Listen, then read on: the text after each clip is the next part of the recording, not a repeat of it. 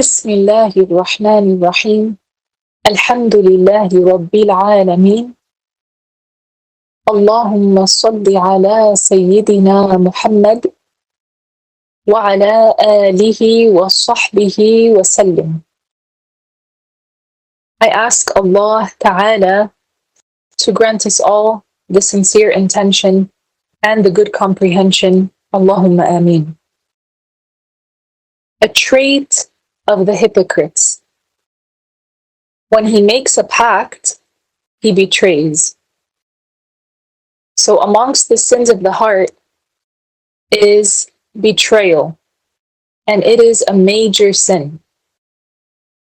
Our Prophet sallallahu alayhi wasallam said in the hadith, اربع من كن فيه كان منافقا خالصا ومن كانت فيه خصلة منهن كانت فيه خصلة من النفاق حتى يدعها إذا حدث كذب وإذا وعد أخلف وإذا عاهد غدر وإذا خاصم فجر إذا حدث كذب وإذا وعد أخلف وإذا عاهد غدر وإذا خاصم فجر. The Prophet said there are 4 traits. Whoever possesses them is a pure hypocrite, meaning an absolute hypocrite. And whoever has one of them has a trait of hypocrisy until he abandons it. The Prophet went on to say, when he speaks, he lies. When he makes a promise, he breaks it. When he makes a pact, he betrays. And when he argues, he transgresses. The Prophet sallallahu alayhi wasallam warns us in this hadith against these 4 traits. And he even said that they are amongst the characteristics of the hypocrites. And hypocrisy, brothers and sisters, is of 2 types. Hypocrisy is of 2 types. Hypocrisy in faith and hypocrisy in actions. And this hadith is regarding hypocrisy in actions. As for hypocrisy in belief, it is when a person outwardly displays al-Islam while inwardly they are concealing disbelief.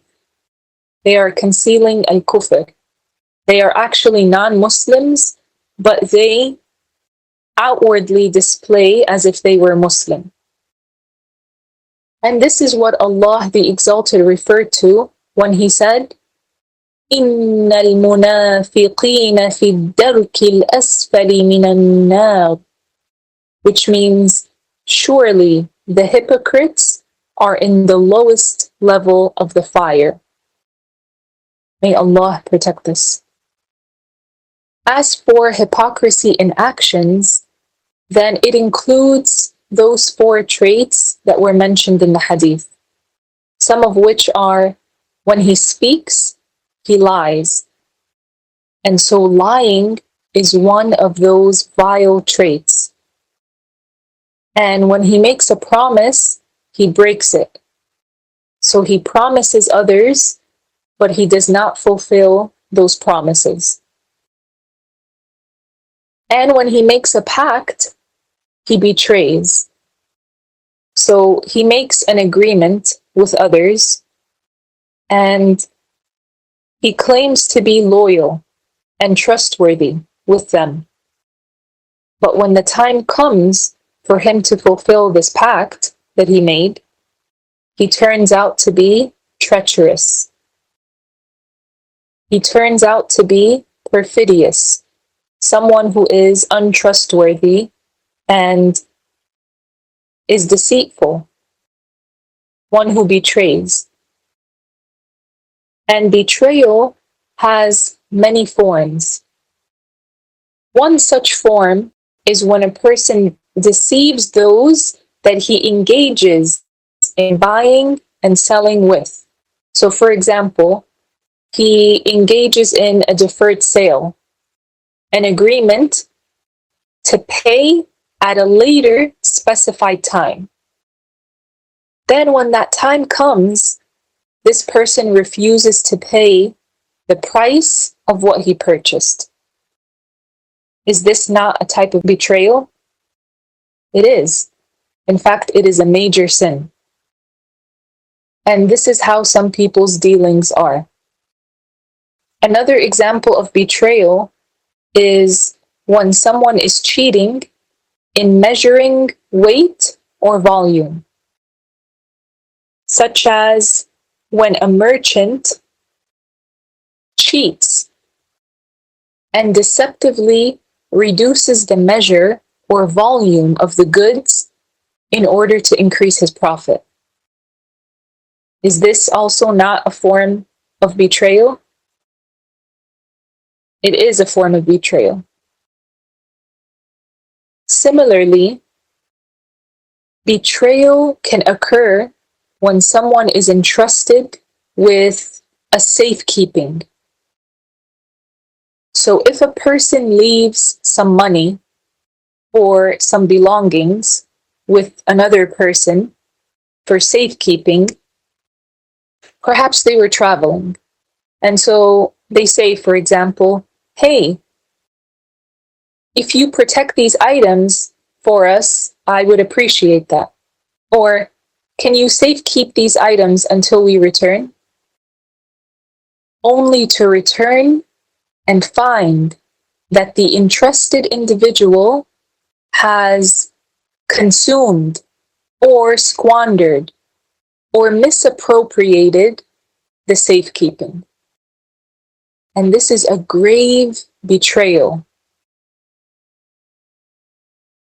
Allah the Exalted commands, إِنَّ اللَّهَ يَأْمُرُكُمْ أَن تُؤَدُّوا الْأَمَانَاتِ إِلَى أَهْلِهَا وَإِذَا حَكَمْتُم بَيْنَ النَّاسِ أَن تَحْكُمُوا بِالْعَدْلِ إِنَّ اللَّهَ نِعِمَّا يَعِظُكُم بِهِ إِنَّ اللَّهَ كَانَ سَمِيعًا بَصِيرًا. It means, surely Allah commands you to hand over the trusts, the rights, to their deserving owners, and that when you judge between people, you judge with justice. Surely Allah, so good is that by which He admonishes you. Surely Allah is hearer of your sayings, seer of your deeds. And so a righteous person, yani the pious Muslim, preserves the trust and they do not betray it. They do not betray the one who left something in their trust, if you want. They do not betray the one who left something with them for safekeeping. And the Muslim, the pious Muslim, they do not betray even a kafir. They do not betray even a non-Muslim. What did our Prophet sallallahu alaihi wasallam say? Our beloved Prophet alayhi salatu wassalam prohibited betrayal even against the disbelievers. He said, مَنْ أَمَّنَ رَجُلًا عَلَى دَمِهِ ثُمَّ قَتَلَهُ فَأَنَا بَرِيءٌ مِّنْهُ وَلَوْ كَانَ الْمَقْتُولُ كَافِرًا.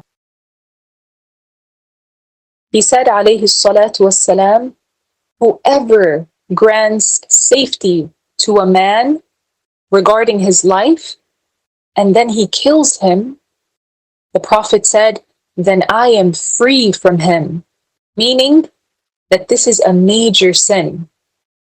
The Prophet disassociated himself from it. The Prophet said, then I am free from him, even if the slain or the murdered was a kafir, was a disbeliever. Because this is not what Islam teaches us.